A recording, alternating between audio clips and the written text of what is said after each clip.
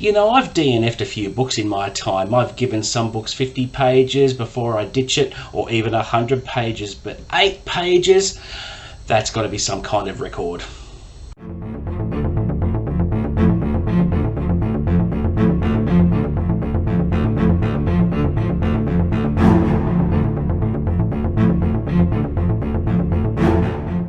What's up, guys, and welcome back to the channel. You're with Chris, and today I'll be wrapping up yet another reading week. Now, I had a pretty decent week. I do want to get something negative out of the way first before I move on. Now, recently I bought a copy of The Drowning by Bryan, one of Australia's much loved actors who has appeared in a multitude of roles, even in Hollywood. The most notable and my favourite being Cocktail with Tom Cruise. Fantastic film. Now, when I saw that this book was being released, I saw that it was an Aussie crime novel, and I always like to support Aussie authors, and I do like a bit of Australian crime. And I thought I'm going to pick this up and give it a go because it looked pretty low commitment. It was about 230, 250 pages, and I thought, beauty, let's give it a belt. And as soon as I opened the page, the first page, and started to read, I'm like, oh my God, what is happening here? I sort of got the gist of what was happening in terms of a crime, but the distracting thing was how much Aussie slang Bryan used in it. He used too much, and it was very, very distracting. So instead of saying I went to this place or he went to this place, he just starts by saying went down to this place or what have you, and it's laid on pretty thick, and I don't think you need to do that. We know Bryan is Australian. We know he's written his first novel. Why he chose to use that kind of language, I'm not sure.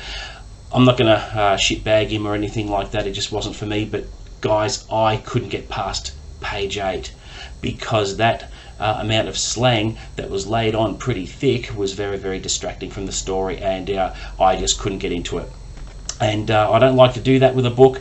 I never like to DNF at the best of times, but I've broken my own record for ditching a book after just 8 pages. And as I said, I don't like doing that, but it just wasn't for me. Other people might like it. I mean, there are really good reviews from critics on the book, but for me it just didn't work, and found it very, very distracting. Okay, so let's get into some nitty-gritty here. So I did finish My Best Friend's Exorcism by Grady Hendrix. Now, I will emphasize the title because in my previous video reviewing the book I actually said this twice. I said it was My Best Friend's Exorcist and had to correct myself.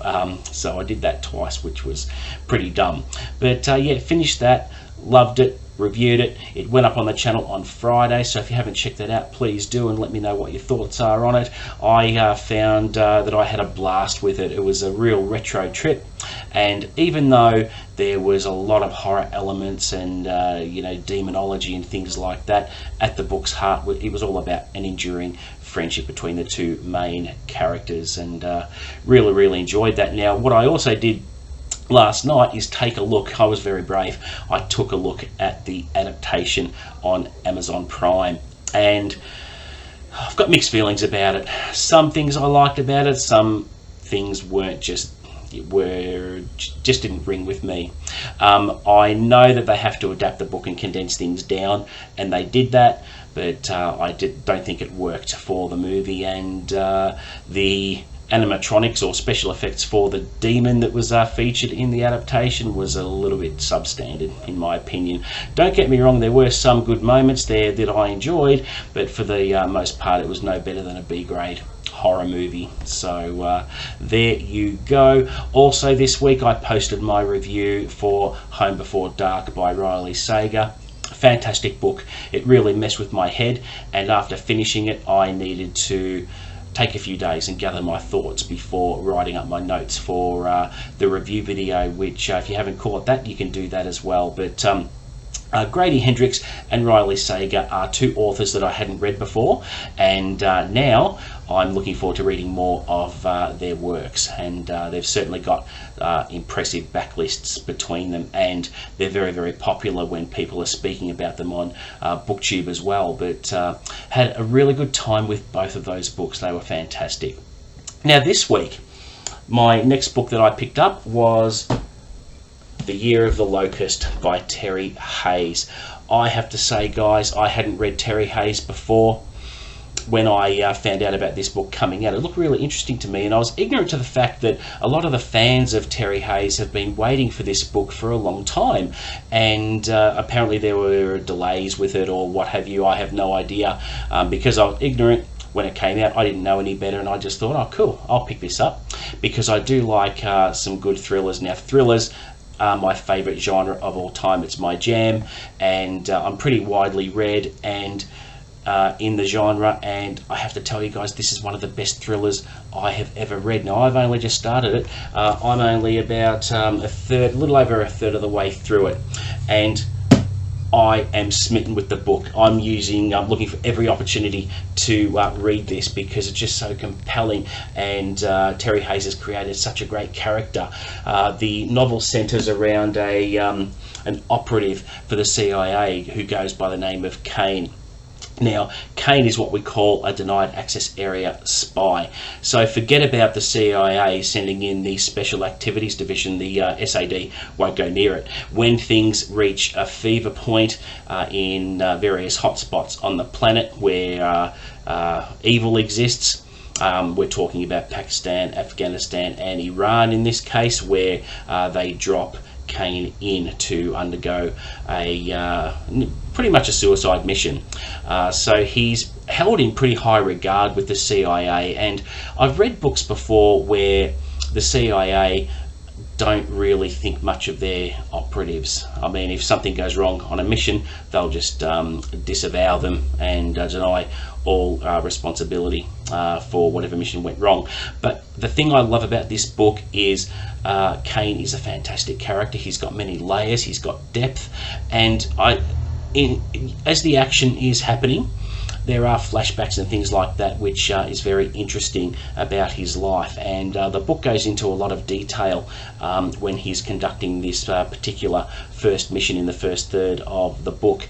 And because the writing is so good, I don't mind spending a bit of time with the character, going through what he goes through and exploring a little bit more about his backstory. So if the writing is good, I'm enthralled and I'm in for the long haul. And all this week coming up, I will be smashing it out, and I won't be surprised if I finish it by next Thursday or Friday. Then I can smash out my review. But one of the best things I like about the book is when Kane is on a mission, he has no less than 50 or 60 analysts and mission planners back at HQ at Langley, looking after him and making sure that they're leaving nothing to chance. And the CIA director, Falcon, cool call sign as well, Falcon actually holds Kane in really high regard, so they actually care about him. And this first mission that he conducted in the book, he has to find this terrorist, the Locust. Now, the Locust was apparently blown up, but he's resurfaced, so he wasn't actually dead, and nothing is known about him.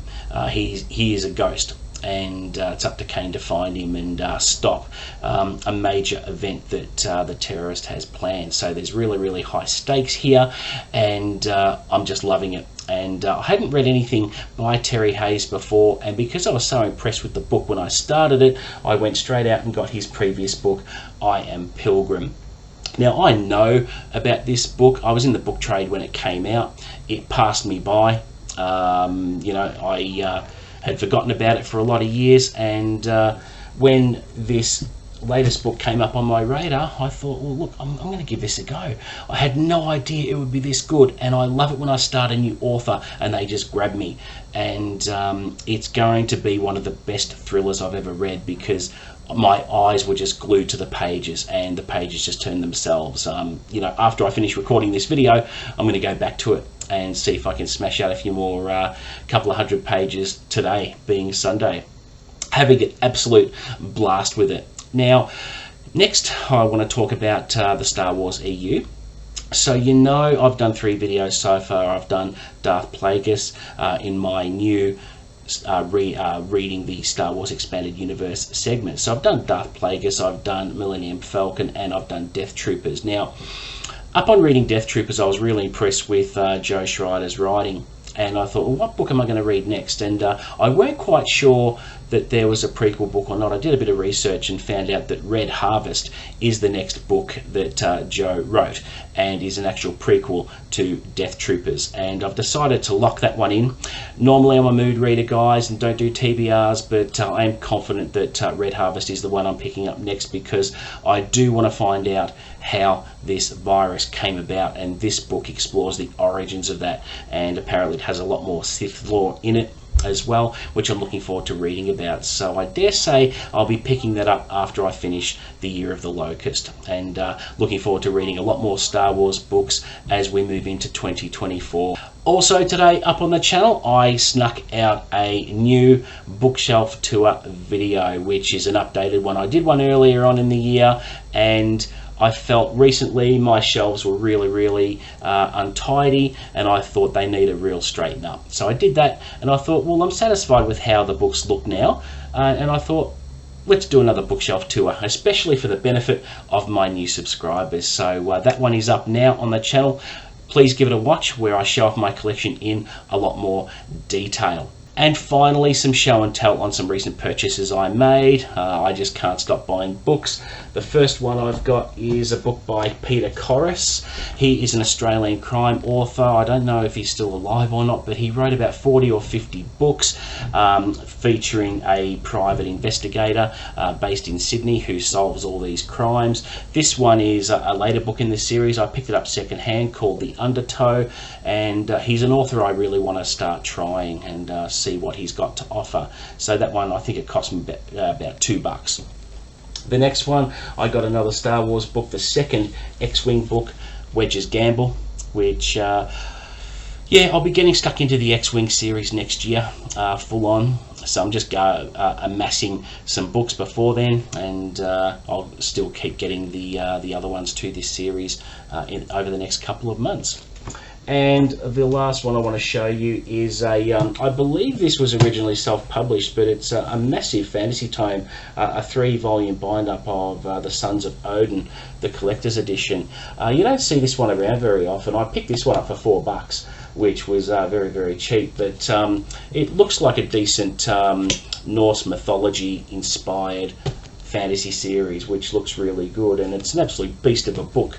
We're talking 739 pages right here, so it is a weighty tome, and one day I will get stuck into that. But that is just a few purchases I've made this week. But there you go, guys, that is it for my weekly update for this week. Thank you very much for watching. Please don't forget to like and subscribe. Check out the bookshelf tour video and my other previous ones. They're up now, and let me know what you think in the comments below. But until the next video, guys, happy reading.